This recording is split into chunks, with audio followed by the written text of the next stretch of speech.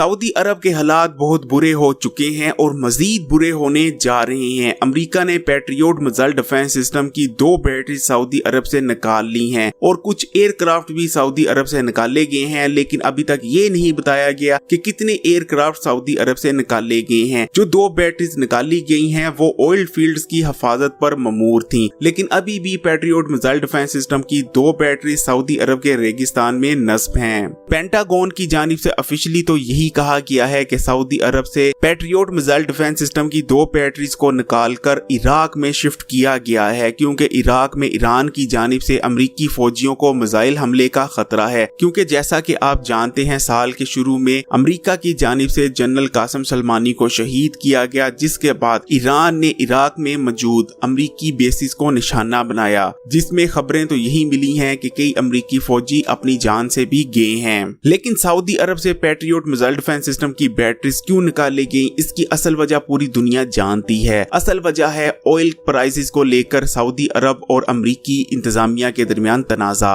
बात यहाँ तक ही खत्म नहीं होती, बल्कि पेंटागन का कहना है कि पैट्रियोट मिसाइल डिफेंस सिस्टम की जो 2 बैटरीज इस वक्त सऊदी अरब में बच गई हैं, उनको भी अमेरिका लाया जाना है अपग्रेड और मेंटेनेंस के हवाले से। यानी सऊदी अरब को मुकम्मल तौर पर डिफेंस लेस करने की तैयारियां की जा चुकी हैं। आप ये जानकर भी हैरान होंगे कि सऊदी अरब के अलावा दुनिया में और कोई ऐसा मुल्क नहीं जो सिर्फ एक डिफेंस सप्लायर से अपना पूरा डिफेंस का साजो सामान लेता हो। माजी करीब में मोहम्मद बिन सलमान ने ये ख्वाहिश तो जाहिर की थी कि सऊदी अरब रशिया से S-400 मिसाइल डिफेंस सिस्टम खरीदना चाहता है, लेकिन अमेरिका के प्रेशर के बाद मोहम्मद बिन सलमान ने अपना ये इरादा तर्क कर दिया। जब आप दूसरों के प्रेशर पर अपने फैसले करते हो तो नतीजे फिर यही निकलते हैं। अमेरिका और सऊदी अरब के दरमियान हालिया जो तेल की कीमतों को लेकर तनाजा पैदा हुआ है, ये वबा फैलने के बाद हुआ है। जैसा कि आप जानते हैं वबा फैलती है, वबा फैलने के बाद ऑयल की डिमांड में हैरत अंगेज हद तक कमी आ जाती है, लेकिन सऊदी अरब रशिया से कंपटीशन और ऑयल मार्केट को होल्ड करने के चक्रों में अपनी प्रोडक्शन में कमी नहीं लाता, जिसके बाद तेल की कीमतें बुरी तरह से गिर जाती हैं। अमेरिकी प्रेशर के बाद सऊदी अरब अपनी ऑयल की 10% प्रोडक्शन में कमी तो लाता है, जिसके बाद 11% ऑयल की प्राइसेस बढ़ती हैं। लेकिन अभी भी अमेरिका सऊदी अरब से मुतालबा कर रहा है कि ऑयल की प्रोडक्शन में मजीद कमी लाई जाए और हर सूरत में तेल की कीमत $60 पर बैरल पर स्टेबल की जाए।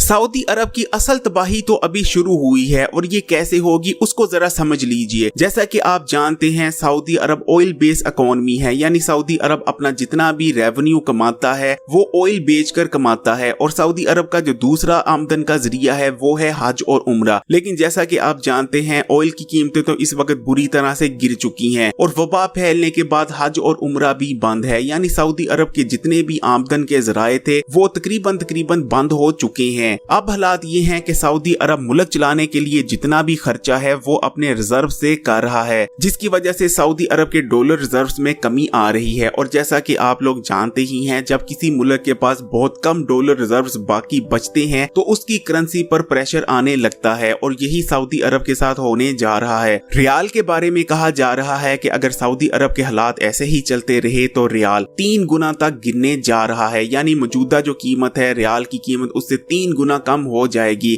जो कि सऊदी अरब की इकोनॉमी के लिए तबाहकुन साबित होगा। सऊदी अरब ने अपना तमाम तर दारोमदार तेल पर रखा हुआ था, तेल बेचते थे और आमदनी आती थी। ना तो कोई मुल्क में इंडस्ट्री सेट की गई और ना ही किसी किस्म की और अपनी आमदन बढ़ाने के लिए कोई चीज की गई, और ऊपर से डिफेंस बजट को 80 बिलियन तक ले गया था सऊदी अरब। आप खुद अंदाजा लगा सकते हैं कि भारत जैसे मुल्क ने अपने डिफेंस बजट सिर्फ $45 बिलियन रखा हुआ था, चाइना ने $80 बिलियन रखा हुआ है, जबकि चाइना के बारे में आप जानते हैं चाइना की जो आमदनी है वो सऊदी अरब से कई गुना ज्यादा थी, लेकिन उसके बावजूद चाइना ने सिर्फ $80 बिलियन अपना दफाई बजट रखा हुआ है, जबकि सऊदी अरब जिसको कोई जरूरत नहीं थी, कोई एक्टिव दुश्मन सऊदी अरब का नहीं था जो सऊदी अरब पर हमला करे। हाँ, वो बात अलग है कि सऊदी अरब ने खुद अपने दुश्मन बनाए हैं, क्योंकि जब आपके पास बहुत बड़ा डिफेंस बजट होता है तो आप जानबूझकर अपने दुश्मन बनाया करते हैं, और यही सऊदी अरब ने भी किया। सऊदी अरब ने यमन में जानबूझकर जानबूझकर आग लगाई और अपने लिए दुश्मन पैदा किए। लेकिन सऊदी अरब जो कुछ करता रहा अब वही सऊदी अरब के गले में पड़ने जा रहा है, क्योंकि जो हालात सऊदी अरब में बनते जा रही हैं उसके बाद सऊदी अरब अपना डिफेंस बजट किसी सूरत भी पूरा नहीं कर पाएगा और जो दुश्मन सऊदी अरब बना बैठा है उनसे निपटना सऊदी अरब के लिए तकरीबन नामुमकिन होने वाला है।